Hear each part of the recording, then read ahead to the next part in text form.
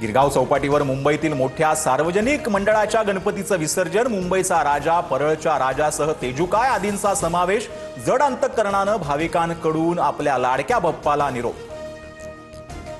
लालबागचा राजाचं सकाळी विसर्जन होणार, लाडक्या बाप्पाच्या मिरवणुकीसाठी विविध ठिकाणाहून भाविक उपस्थित। यंदा लालबागमधील श्रॉफ बिल्डिंगवरून राफेल विमानाच्या प्रतिकृतीतून बाप्पावर पुष्पवृष्टी। चिंचपोकळीच्या चिंतामणीचा विसर्जन मिरवणुकीमध्ये गुलालाची उधळण आणि भक्तांचा जल्लोष। यंदा शिवकालीन संस्कृती आणि संभाजी महाराजांच्या शौर्याला मानवंदना देणारा देखावा आकर्षण ठरला।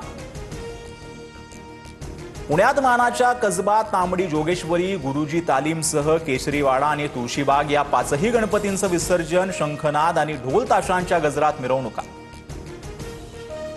श्रीमंत दगडूशेठ हलवाई गणपतीचं विसर्जन, श्री गणनायक रथातून दगडूशेठ गणपतीची सांगता मिरवणूक, पारंपरिक वाद्याचा गजर, फुलांची सजावट आणि भक्तांच्या घोषणांनी परिसर दुमदुमला।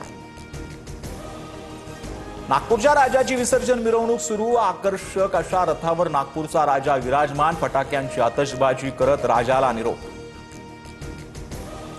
नाशिकात बाप्पाच्या मिरवणुकीत अघोरी साधूंची वेशभूषा, शिवतांडव नृत्यानं वेधले गणेश भक्तांचं लक्ष, गणरायाला ढोल ताशांच्या गजरात निरोप। TV9 मराठी वृत्तवाहिनीच्या बाप्पाला भक्तिमय वातावरणात निरोप, सर्व सहकार्यांच्या उपस्थितीत गणरायाची आरती, 10व्या दिवशी बाप्पाचं विसर्जन।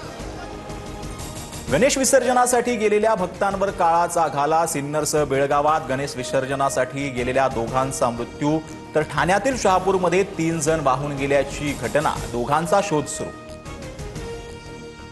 मुंबई आणि ठाण्यामध्ये मुख्यमंत्री देवेंद्र फडणवीसांचा देवाभाऊ असा उल्लेख असलेले बॅनर झळकले, मराठा आरक्षणावर भाजपचं कॅम्पेन, तर आम्ही श्रेयवादाच्या लढाईत नाही, विकास महत्वाचा, एकनाथ शिंदेंची प्रतिक्रिया।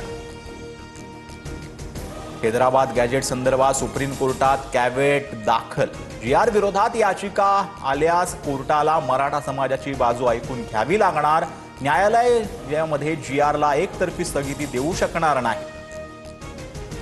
मराठा आरक्षण उपसमितीचे अध्यक्ष राधाकृष्ण विखे पाटील आणि केंद्रीय गृहमंत्री अमित शहांची भेट, विखेंनी जरांगेंच्या उपोषणाबाबतची माहिती शहांना दिल्याची सूत्रांची माहिती।